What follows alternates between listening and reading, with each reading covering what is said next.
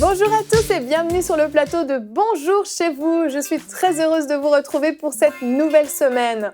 Aujourd'hui, notre thème du jour est « Déplace-toi même si ce n'est que pour une personne ». Et aujourd'hui, c'est Michael qui va nous apporter la pensée du jour. Et ensuite, dans la rubrique « Pasteur, j'ai une question », Gwen répondra à la question « Que puis-je faire pour avoir envie d'évangéliser ?» Nous continuerons avec la rubrique Culture et médias dans laquelle Nadine nous présentera le livre de la semaine, 23 minutes en enfer de Bill Wise. Et nous terminerons l'émission avec la rubrique Témoignages dans laquelle Aurélie nous partagera le témoignage d'un homme qui a été convaincu de péché en regardant une émission sur EMCI TV. Voilà, vous connaissez le programme? Je vais retrouver les chroniqueurs.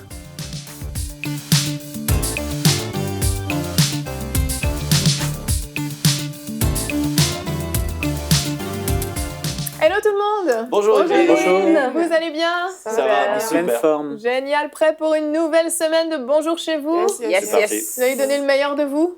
On va On faire va de notre mieux. attaquer le royaume des ténèbres. On va le défoncer. Amen, Amen, ça me amen. va, ça me va. Un beau programme pour la semaine, c'est génial. Aujourd'hui, on parle d'évangélisation. On en a parlé la semaine dernière avec nos invités Franck et Liliana Alexandre. C'était des super émissions et aujourd'hui, on vient donner le dernier coup de marteau pour enfoncer le clou dans ce thème important pour que ça commence vraiment à porter du fruit dans la vie des téléspectateurs. Et on commence tout de suite avec la pensée du jour. Chérie, le titre de ta pensée est « La valeur d'une âme ». Oui, aujourd'hui, j'aimerais vous partager cette pensée qui est vraiment importante. Quelle est la valeur d'une âme? La valeur d'une âme n'a pas de prix. Une âme, une vie n'a pas de prix. Et vous savez, un tableau de Picasso vaut environ 150 millions de dollars américains. Une Ferrari vaut environ 250 000 euros. Même l'entreprise Facebook, on a réussi à lui donner une valeur à plus de 400 milliards de dollars.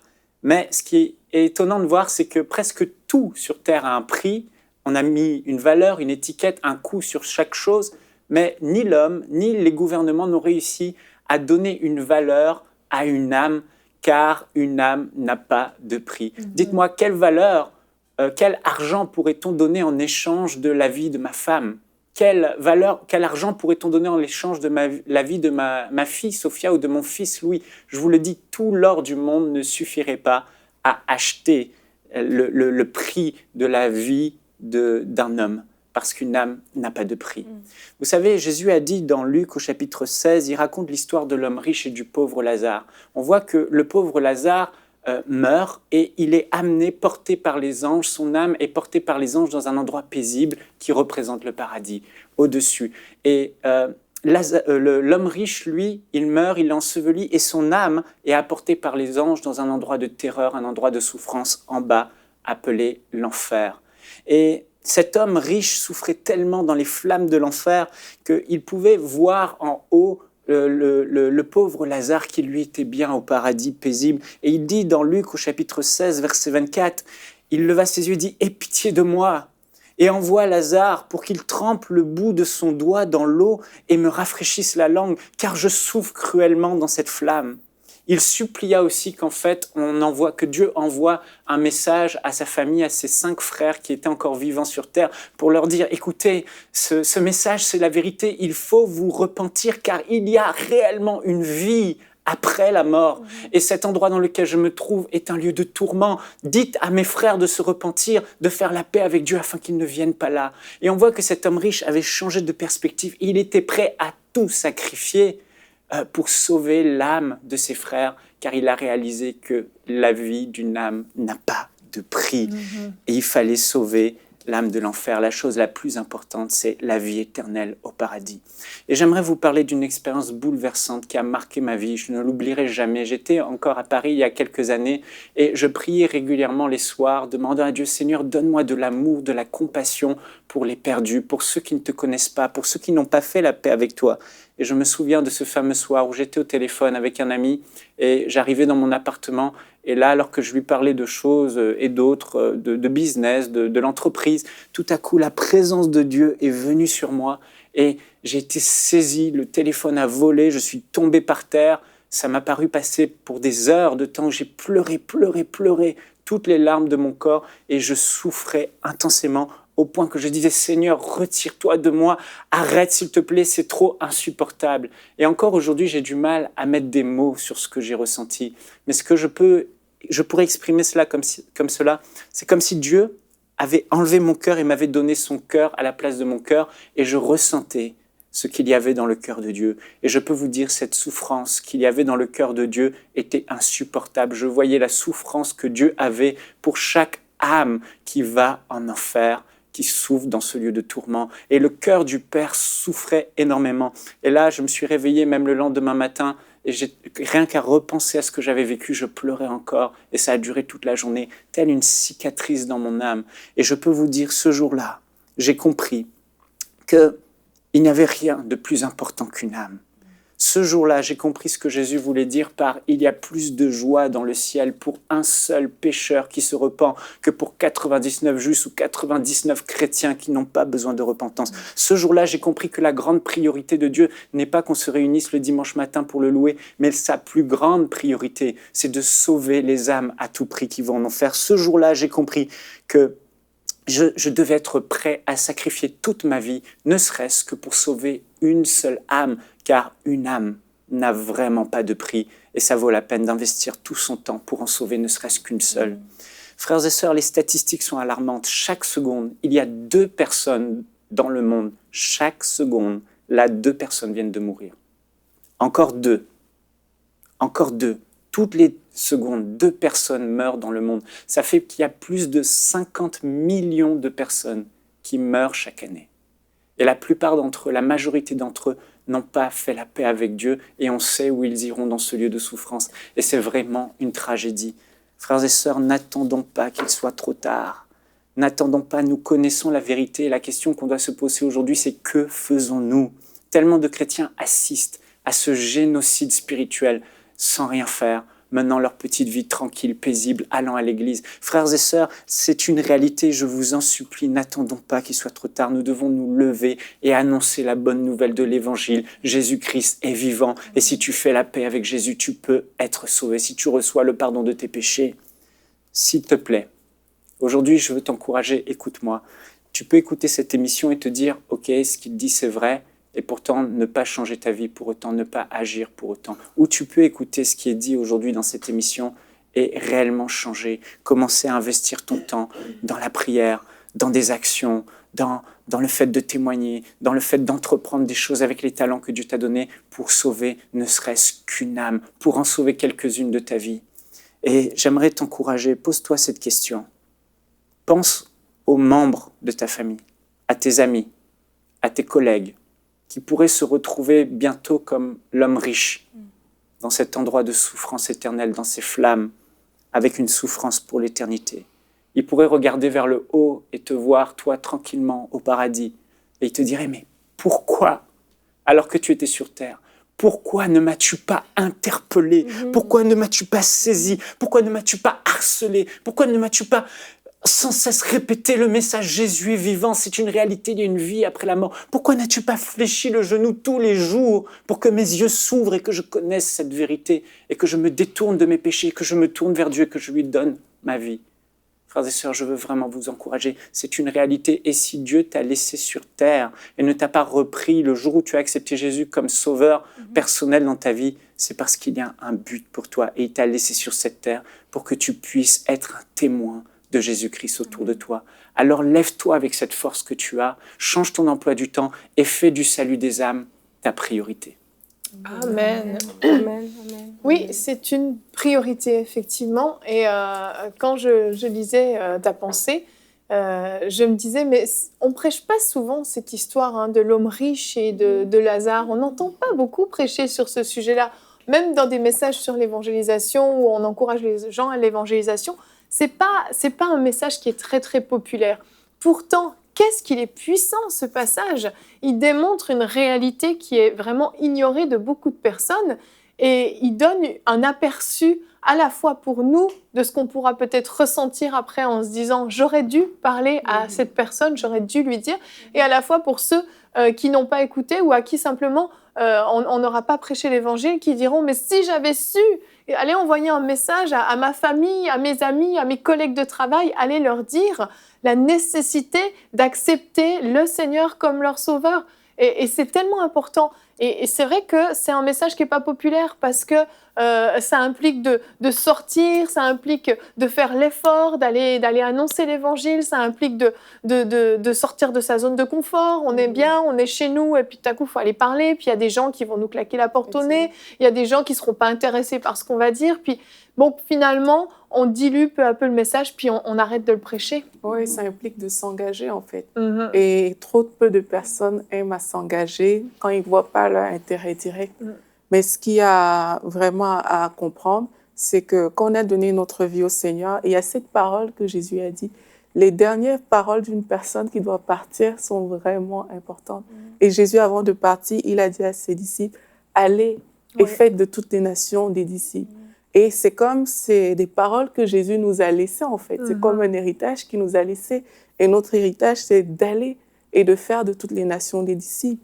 Quand on pense que c'est par notre propre force, on a du mal. Parce qu'en fait, c'est vrai, de ta propre force, si tu te sens rejeté, si tu vois que, OK, ton message ne va pas passer, tu as du mal. Mais quand tu réalises que derrière, il y a vraiment un ordre divin, c'est Jésus lui-même qui t'envoie et il ne t'envoie pas dépourvu.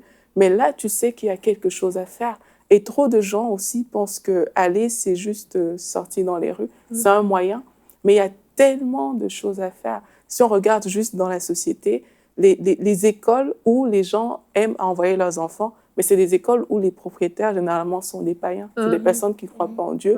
Quand on regarde même les choses qui attirent, les sacs de marque que les gens veulent porter, ce n'est pas toujours des chrétiens. Des parfums que les gens veulent se mettre, ce n'est pas les chrétiens qui le font. Et on réalise, en fait, comme ça, que beaucoup de personnes ont gagné du terrain dans la société et que les chrétiens n'agissent pas. Pourquoi? Parce que la mentalité de gagner le royaume avec mes dons, avec mes talents, comme Michael disait, de s'investir pour les âmes, on ne l'a pas toujours. Mais ça, c'est des choses qu'on doit aller chercher, c'est des choses pour lesquelles on doit soupirer auprès du Seigneur. Et si c'est juste pour une personne, ça vaut la peine. Oui, vraiment.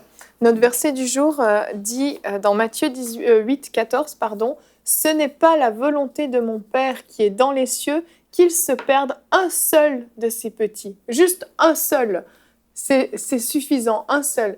Et quand on pense à l'œuvre de la croix, Jésus est allé à la croix pour l'humanité tout entière. Pas juste pour moi, pas juste pour toi, pour l'humanité tout entière. Et si on n'a pas suffisamment de compassion pour aller prêcher l'évangile à nos amis, à nos voisins, à nos collègues, aux inconnus, faisons-le au moins pour que l'œuvre de la croix soit pleinement efficace et pleinement utile.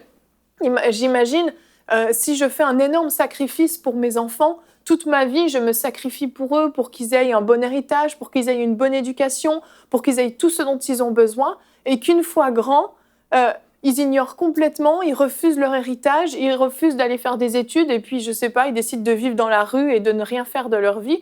Je vais me dire, mais le prix que j'ai payé toute ma vie, je me suis sacrifiée pour eux, et eux, ils gaspillent ça. Donc, juste pour l'œuvre de la croix, juste pour ça, c'est suffisant. Si on n'est pas capable d'avoir la compassion pour les perdus, on peut au moins le faire pour l'œuvre de la croix, pour Jésus-Christ qu'il a fait à la croix, pour l'humanité toute entière, pas juste pour moi, pour mon propre confort personnel. Mais déjà, le message de l'Évangile, quand on l'apporte, comme tu dis, l'œuvre de la croix, c'est déjà la solution. Ça veut dire que quand je rencontre quelqu'un, oui, il y a le péché, il y a la condamnation, mais il y a une solution. Ce n'est pas comme si on présente quelque chose qui est à moitié fait. On présente une œuvre qui est accomplie. Et comme Michael l'a dit dans sa pensée, dans le passage de l'homme riche et de Lazare, c'est la réalité en fait de l'enfer qui est là. Et je crois que même les chrétiens, il y en a qui sont chrétiens, mais qui ont soit ne croit pas en l'enfer vraiment tel qu'il est, où on dilue en fait ses pensées, parce qu'on dit que Dieu est bon, et puis on dilue en fait la réalité de l'enfer. Ouais. Mais l'enfer existe, et juste par compassion des gens, on devrait vraiment avoir ce fardeau dans notre cœur d'apporter la parole de Dieu aux gens. Parce que comme il a dit, la vie humaine n'a pas de valeur. Une fois que la vie sur terre se termine, une fois que les yeux sont fermés, une fois que la vie a été retirée de la personne, ben son âme, elle va dans un endroit de perdition éternelle. Et quand on réalise cela, vraiment juste en tant que chrétien, de prendre conscience que vraiment, ce serait égoïste. C'est comme si... C'est parce qu'on n'a pas vraiment cette conscience-là. C'est comme si tu vois ton enfant traverser la rue et il y a des voitures qui viennent. Quel parent va laisser son enfant traverser? N'importe qui va intervenir. Mais c'est de la même manière. Quand on ne parle pas de Dieu autour de nous, on sait très bien que ces personnes, leur âme va aller dans un endroit de souffrance éternelle où est-ce qu'ils seront séparés de Dieu pour l'éternité. Mais quand on a conscience de ça, on se doit de parler. Et comme tu dis, à l'œuvre de la croix, c'est le Seigneur qui vient, qui fait le travail, c'est le Saint-Esprit qui convainc. On ne présente pas un travail à moitié, on présente un problème. Oui, vous avez péché, mais il y a une solution qui est Jésus-Christ, tout simplement. Je crois que les chrétiens aujourd'hui ont vraiment besoin de se repentir. Les croyants ont vraiment besoin de se repentir. Et aujourd'hui, on voit que dans l'Église, en fait, les croyants courent après leur héritage et se disent que lorsque j'aurai manifesté l'héritage de Jésus-Christ dans ma vie, lorsqu'on verra le succès, lorsqu'on verra la faveur, lorsqu'on verra que Dieu est avec moi, à ce moment-là, j'évangéliserai. Et ça, c'est un mensonge. Parce que les chrétiens vont passer toute leur vie à faire ça. Toute leur vie à s'engraisser spirituellement, s'engraisser matériellement, à toujours courir après ces choses-là pour s'assurer eux-mêmes que Dieu est avec eux. Et finalement, ils vont jamais évangéliser. L'Église a sincèrement besoin de se repentir et de revenir à Dieu. Et la Bible dit que le plus grand des commandements, tu aimeras Dieu, le Seigneur ton Dieu, de tout ton cœur, toute ton âme, et de toute ta pensée. Et Jésus va dire, et voici un commandement qui lui est semblable, c'est que tu aimeras ton prochain comme toi-même. Lorsque tu as été sauvé, lorsque Jésus t'a arraché de cette vie de ténèbres. Aimer ton prochain comme toi-même, c'est considérer ce que Jésus a fait dans ta vie et ce que tu veux reproduire dans la vie des autres. Parce que tu sais d'où est-ce que Dieu t'a tiré. Moi, je sais d'où est-ce que je viens. Si aujourd'hui j'avais été sans Dieu, si aujourd'hui j'avais pas été avec ce groupe de jeunes, avec Michael, avec Alain Patrick, Jérémy, tout ça, aujourd'hui ma vie, ce serait un désastre et je serais certainement mort ou peut-être même que de toute façon je serais voué à une mort éternelle. L'Église a sincèrement besoin de se repentir et de changer. Il faut changer. Il faut arrêter d'être comme ça, de continuer comme il parlait, Michael, tout à l'heure, croire que c'est tous les dimanches, on va aller à l'église chanter des beaux cantiques, etc. Notre lampe allumée, c'est une lampe pour les autres. Lorsque Jésus parle de... J'ai encore un peu de temps.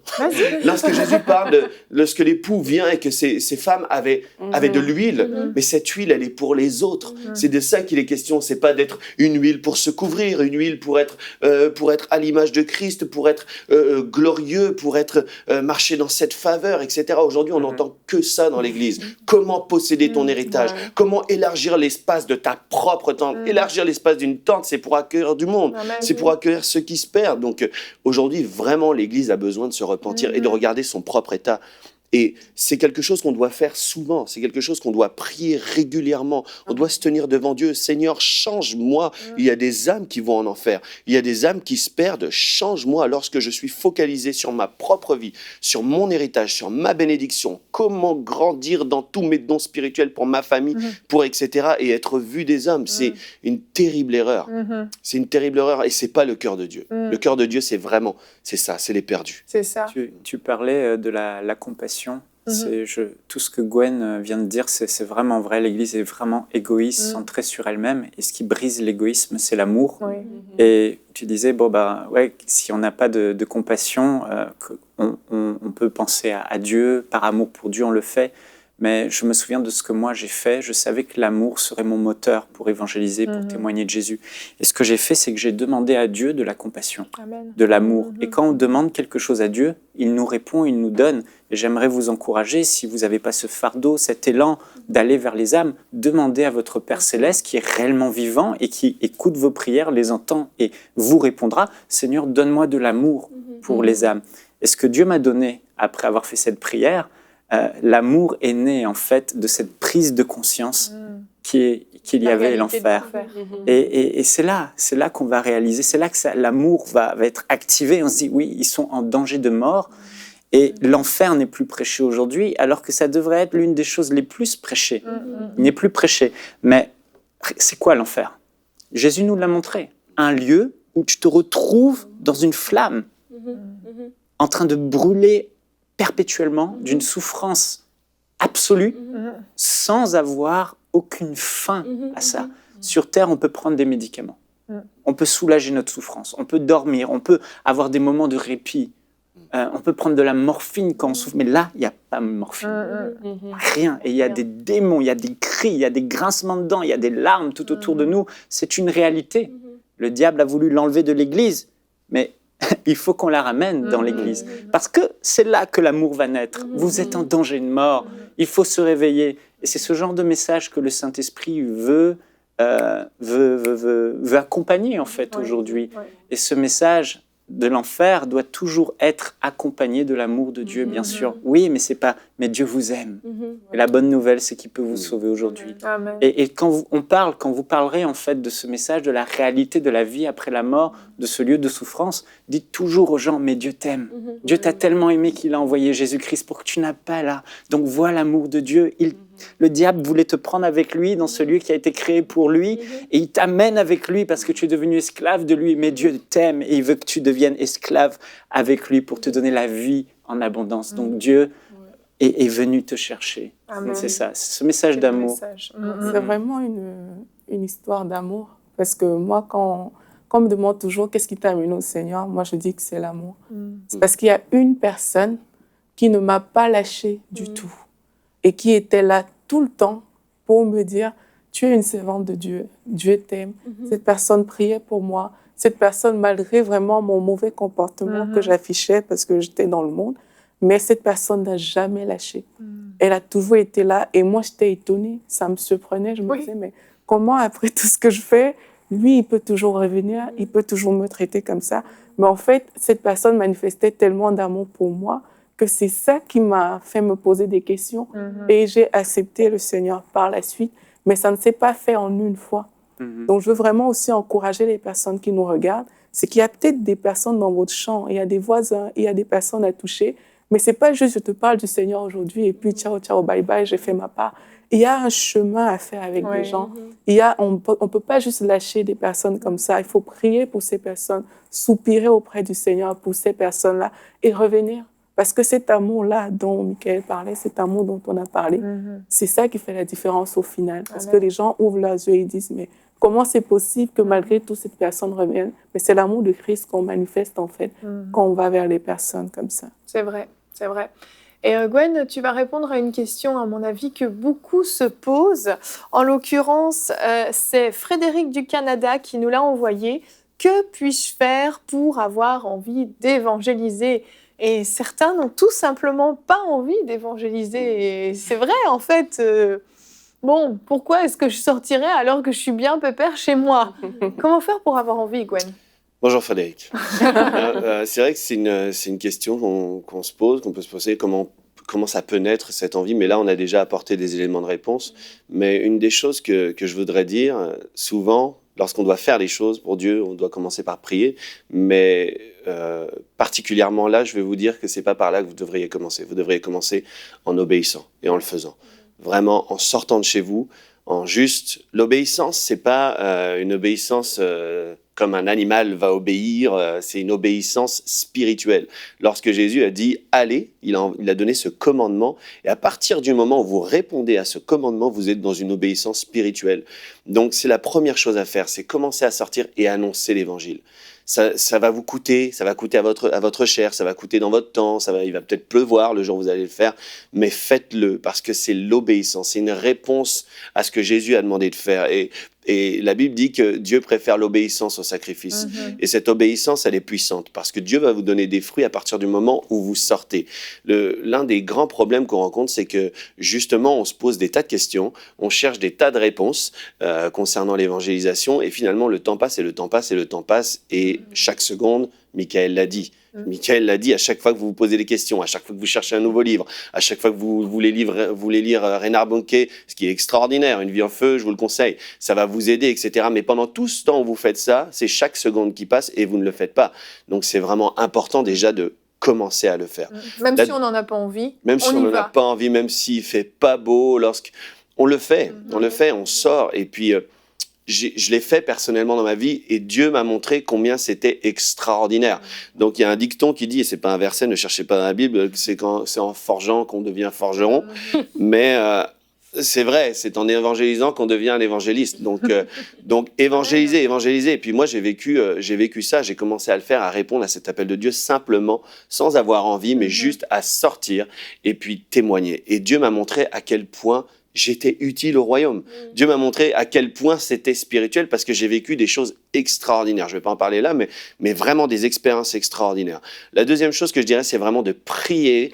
Et ça, c'est une prière qu'il faut faire constamment. C'est une prière qu'on doit renouveler, que je continue à faire pour ma propre vie. Je sais que Michael, même s'il a vécu une visitation par rapport à ça, par rapport à l'amour de Dieu, le cœur de Dieu pour les âmes, je sais qu'il continue à le prier, à demander à Dieu de lui donner son cœur, d'avoir le même cœur, d'avoir les mêmes yeux pour voir les perdus, pour voir comment Dieu voit la vie d'un tel. Comment est-ce que tu vois cette personne là-bas que je vois en train de faire ses courses? Qu'est-ce que tu vois dans sa vie? Et Dieu veut nous donner son cœur. Et c'est une promesse qu'il nous a faite. Il veut nous donner. Il a dit, je vous donnerai un cœur de chair à la place de votre cœur de pierre.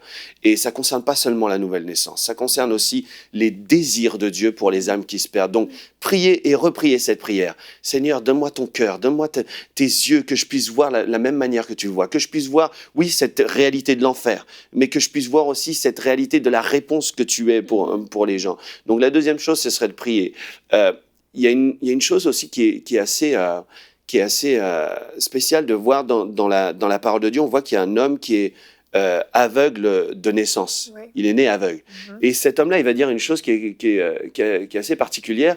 Il va dire aux pharisiens, alors qu'il va être guéri, il a dit « Jamais on a entendu que quelqu'un ait guéri un aveugle de naissance. » C'était lui l'aveugle de naissance. Ça veut dire qu'il s'était renseigné. Il s'était renseigné sur est-ce qu'il y a quelqu'un qui peut apporter une réponse? Est-ce que quelqu'un peut apporter une réponse à mon foyer qui est en train de tomber en ruine, à mon couple qui est en train de vivre des choses terribles? Il y a des gens qui se renseignent. Il y a des gens qui sont en train de chercher des réponses. On n'a jamais entendu qu'il y ait quelqu'un qui a ouvert les yeux d'un aveugle né. Lui, il se renseignait. À cette époque-là, il n'y avait pas Internet. Donc, est-ce que tu en as entendu parler? Est-ce que tu en as entendu parler? Et personne n'en avait entendu parler, sauf au moment où Jésus est venu et il a apporté cette réponse. Et moi, quand je suis sorti pour annoncer l'évangile, j'ai vu qu'il y avait des gens qui s'étaient posé des questions.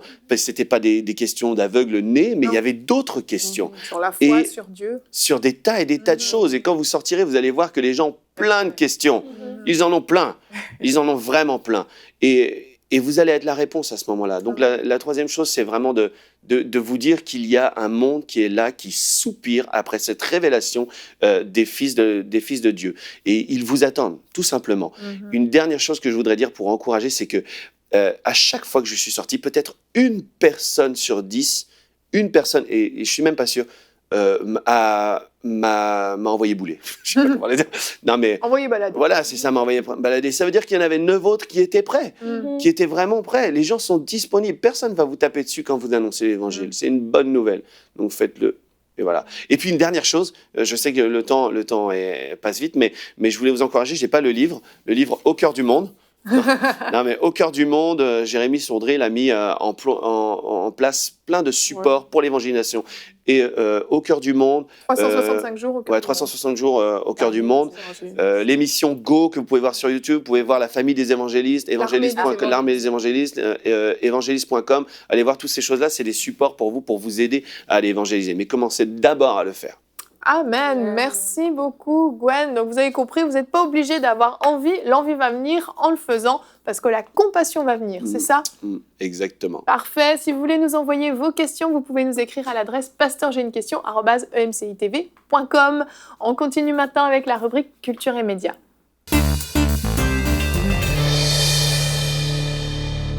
Nadine, nous parlions de la réalité de l'enfer tout à l'heure dans la discussion. Aujourd'hui, tu nous présentes un livre qui va nous en parler très clairement, 23 minutes en enfer de Bill Wise. On regarde la vidéo de présentation. Découvrez le livre de la semaine.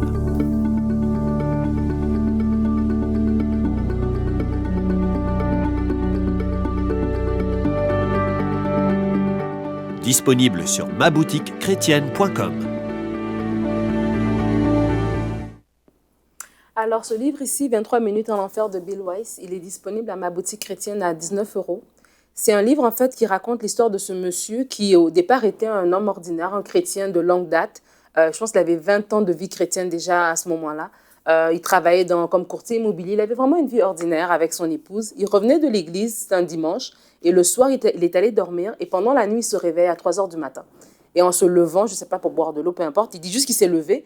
Et il a eu une expérience, qu'on appellerait une vision, une expérience hors de son corps. Il n'était pas malade, ce n'était pas un accident, ce n'était pas une mort imminente, c'était vraiment, il était en bonne santé, mais il a eu une expérience où est-ce qu'il s'est senti sortir de son corps et il a passé 23 minutes en enfer. En fait, c'est parce que sa femme s'est réveillée à 3h23. C'est comme ça que le titre 23 minutes en enfer. Et pendant ces 23 minutes, il a expérimenté c'est quoi être en enfer. Donc, pendant ce temps-là, il n'avait pas conscience qu'il était chrétien. Donc, il avait vraiment expérimenté c'est quoi la vie d'un perdu, des personnes à qui, si nous ne nous parlons pas, qu'est-ce qui leur arrive. Et donc, il a décrit un peu le livre et il y a beaucoup de références bibliques dans le livre. Donc, ce n'est pas des histoires de quelqu'un comme ça là, qui a farfelu et tout ça. C'est vraiment, il y a des supports bibliques, des versets qui montrent un peu, qui décrivent des brides de qu'est-ce qui se passe en enfer. On a parlé de l'homme riche qui est désespéré, qui a soif, qui vit des tourments. Et donc, lui, il a expérimenté tout ça. Il a vu des démons, il a vu ces êtres-là qui le tourmentaient, qui le frappaient, le torturaient et tout ça. Et et en fait, ce qu'il dit, c'était la chose la plus dure, c'était l'idée de la souffrance continue et le manque d'espoir, en fait. C'est que c'est pour toujours, ça finira jamais. Il y a pas de répit, tu ne peux pas te coucher, tu ne peux pas oublier pendant 2 secondes. C'est continuellement une souffrance extrême. Et déjà, au bout d'un moment, Jésus est venu vers lui. Et il l'a ramené, il s'est vu revenir dans son corps. Et il criait très fort et c'est comme ça que sa femme s'est réveillée. Elle est venue, elle a prié pour lui et tout ça. Mais ce qu'il dit du livre, en fait, dans ses témoignages, il y a beaucoup même sur YouTube, vous trouvez des extraits des conférences qu'il fait. Et ce qu'il dit, c'est que le but n'est pas d'expliquer c'est quoi l'enfer. Parce qu'il y a des gens qui sont juste curieux, qui veulent voir c'est quoi. C'est pas un livre pour la curiosité, pour dire ok, l'enfer il est comment, les cellules sont comment, les démons sont comment. C'est de réveiller les gens que c'est une réalité. C'est une réalité que les gens qui ne connaissent pas Dieu iront en enfer. Et il faut présenter Jésus-Christ comme le chemin, la vérité et la vie. Et donc le livre, c'est ça qu'il veut faire. Et j'ai beaucoup aimé, j'ai écouté une de ses conférences qui disait, c'est qu'il y a beaucoup de gens qui pensent que parce que je suis une bonne personne, j'irai au ciel et que si Dieu est bon, Dieu va me permettre d'aller au ciel. Et si votre Dieu que vous présentez, parce que les gens peuvent se sentir gênés de parler de l'enfer à des non-croyants en pensant que si ton Dieu est si bon, pourquoi est-ce qu'il va me laisser aller en enfer? Je suis une bonne personne. Il a fait 2 illustrations que je veux vraiment mentionner. Je sais qu'on court après le temps. Il dit, c'est comme si vous allez chez la maison la plus grande de l'homme le plus riche de votre ville et vous cognez à sa porte et vous dites, je veux venir habiter chez toi. Il va te dire, non, je ne le connais pas. C'est pas parce que tu es une bonne personne que tu vas revenir habiter chez moi. Mais c'est parce qu'il faut que tu connaisses la personne. Tu peux pas venir chez moi, oh, je suis une bonne personne, est-ce que je peux rentrer chez toi? Non, si je te connais, Michael vient chez moi, oui, je vais l'ouvrir la porte parce que je le connais. Et c'est la même chose. Les gens qui ne connaissent pas Dieu, c'est parce qu'ils ne connaissent pas Dieu, ils n'ont pas de relation avec Dieu. Et c'est vraiment ça aussi qu'il faut penser quand vous présentez cet évangile pour dire aux gens, non, Jésus-Christ, c'est le chemin, la vérité et la vie. Il faut que tu le connaisses. C'est le seul chemin qui mène au Père. Et aussi, l'autre perception des choses, c'est que si je fais des bonnes choses, j'irai au ciel. Mais encore une fois, il dit on est sauvé par grâce, au moyen de la foi. Donc, il dit, c'est comme si je te dis, pour venir chez moi, il faut que tu prennes l'autoroute 10, sors à la sortie 22, tourne à droite. Et puis, tu dis, non, j'ai envie de prendre l'autoroute 20, et puis je sortirai à la sortie 15, et puis je tournerai à gauche. Parce que tous les chemins mènent. Mais non, je t'ai donné le chemin. Et Dieu nous a présenté le chemin. Alors, le livre, c'est pas vraiment un livre pour... oui, ça explique les tourments de l'enfer, ça explique tout ce côté physique de souffrance, mais ça vient vraiment présenter un témoignage et dire que l'enfer existe pour de vrai. Si ça peut vous conscientiser pour dire qu'à partir d'aujourd'hui, Seigneur, donne-moi la capacité, comme Gwen l'a dit, donne-moi cette compassion, donne-moi cet amour, je vais t'obéir et je vais parler de Dieu autour de moi. Le livre 23 minutes en enfer de Bill Wiese. Merci Nadine. Moi personnellement, je l'ai lu. Tu l'as lu aussi, je crois, chérie? Oui, et notre bien-aimé, le frère Pierre, à Paris, s'est converti à travers ce livre. Cospiel? Non, Pierre. Pierre, Je ne sais pas si j'ai le droit de dire son nom. Je sais pas, ok, Pierre, d'accord. C'est ça. On est content que Pierre se soit converti grâce à ce livre. Mais c'est un livre qui est vraiment excellent parce que c'est vrai que ça réveille vraiment une conscience. C'est un livre qu'on peut même aussi offrir à des personnes qui ne connaissent pas le Seigneur. Hein. Ça peut aussi amener des vraies prises de conscience. C'est un outil à la fois pour être poussé à évangéliser, mais aussi pour se donner au Seigneur. Merci beaucoup Nadine. On continue maintenant avec la rubrique témoignages.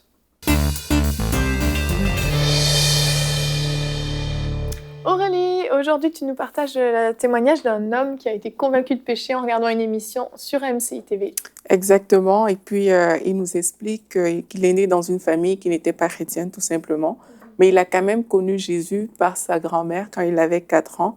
Et il dit que son enfance était vraiment difficile.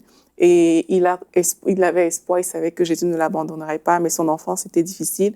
Mais tout au long de sa vie, en fait, quand il a grandi, mais il a vraiment sombré dans l'obscurité et il dit que sa vie chrétienne était largement ouverte au diable.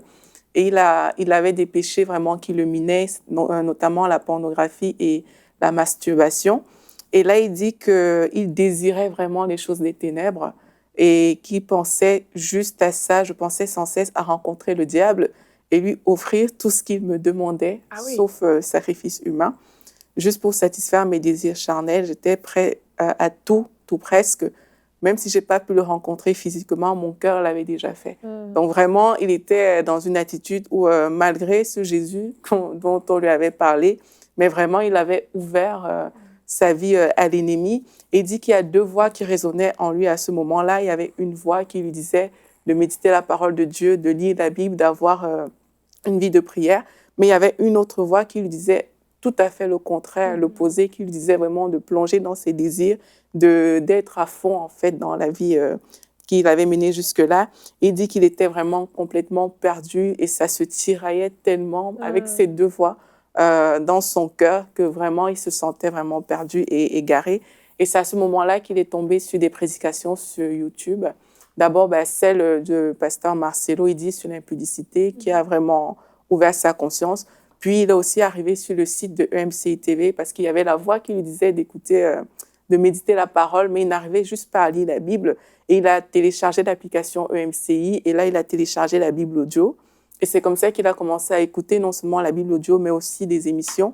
Et il dit qu'il y a un vrai combat qui s'est engagé dans sa vie parce que chaque fois, il écoutait les émissions, il écoutait la Bible, mais il lâchait aussi tout le temps parce qu'il y avait vraiment comme une force qui voulait le pousser. Oui, c'est clair. À continuer en fait la vie qu'il avait au monde. Et puis il dit, il y a une voix qu'il a entendue qui lui a dit de continuer à écouter nos émissions. Et là, c'est ce qu'il a fait. Et une fois qu'il nous a écoutés, il s'est rendu compte de ses péchés, s'est rendu compte de son état spirituel en fait. Il a avoué ses péchés à Dieu et il a demandé pardon. Et il dit que chaque fois qu'il priait, il revoyait ses péchés en images et vraiment ça le troublait beaucoup. Et un jour, il s'est connecté sur notre site, il y avait Prière inspirée qui passait. Et il dit que là, j'ai reçu complètement la transformation, la vraie transformation par l'Esprit Saint. Je sentais la soif divine de la parole. Avant, je priais 10 minutes et pour moi, c'était un miracle. Mais aujourd'hui, je suis restaurée. J'ai retrouvé le vrai chemin, la vie chrétienne en Christ, mon Seigneur et Sauveur.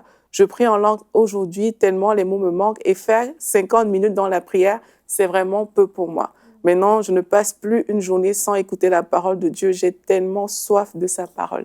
Et il dit qu'il a abandonné tout ce qui est pornographie, masturbation, toutes ces choses ont quitté sa vie. Et vraiment, on rend gloire à Dieu parce que voilà quelqu'un que le Seigneur a touché et dont la vie a été radicalement changée. Amen. MCI TV peut être un excellent outil d'évangélisation. C'est peut-être pas forcément la première approche, mais une personne à qui on a déjà parlé du Seigneur, on peut lui transmettre le lien du site ou la chaîne, l'application, peu importe. Et c'est sûr, on a beaucoup de témoignages de personnes qui ont été sauvées au travers de cette chaîne parce que l'évangile y est prêché, tout simplement. C'est pas parce qu'elle est meilleure que les autres, c'est parce que l'évangile y est prêché. Les gens ont besoin d'entendre l'évangile et ils cherchent des endroits où ils peuvent l'entendre. Et au MCI TV, si c'est un canal, gloire à Dieu pour ça. On se réjouit vraiment pour l'âme de cet homme. Et on va vous quitter avec une citation d'Heidi Baker, c'est notre citation aujourd'hui, qui a dit « Crois pour une multitude, mais arrête-toi pour une âme. Croire pour une multitude, c'est certain, on croit pour que l'humanité tout entière soit sauvée. Mais on commence par s'arrêter pour une âme. Et à la maison, je vous encourage. Aujourd'hui, vous avez entendu cette émission, vous n'avez peut-être pas envie d'aller évangéliser encore, mais vous savez qu'il s'est passé quelque chose en vous. Je vous lance le défi aujourd'hui de vous arrêter pour une âme, juste une âme dans votre journée. Vous vous arrêtez pour lui prêcher la bonne nouvelle de l'évangile et vous allez laisser monter ce désir, cette compassion dans votre cœur pour pouvoir prêcher l'évangile à d'autres personnes dans les jours suivants. Merci à vous tous pour cette formidable émission. Ça nous a nous-mêmes énormément édifiés. Nous nous retrouvons demain. Notre thème sera « Sors de la rébellion » et nous aurons une invitée, Heidi Berceau, qui sera là pour parler de la rébellion chez les ados dans la rubrique famille. Je vous souhaite une belle journée et bonjour chez vous.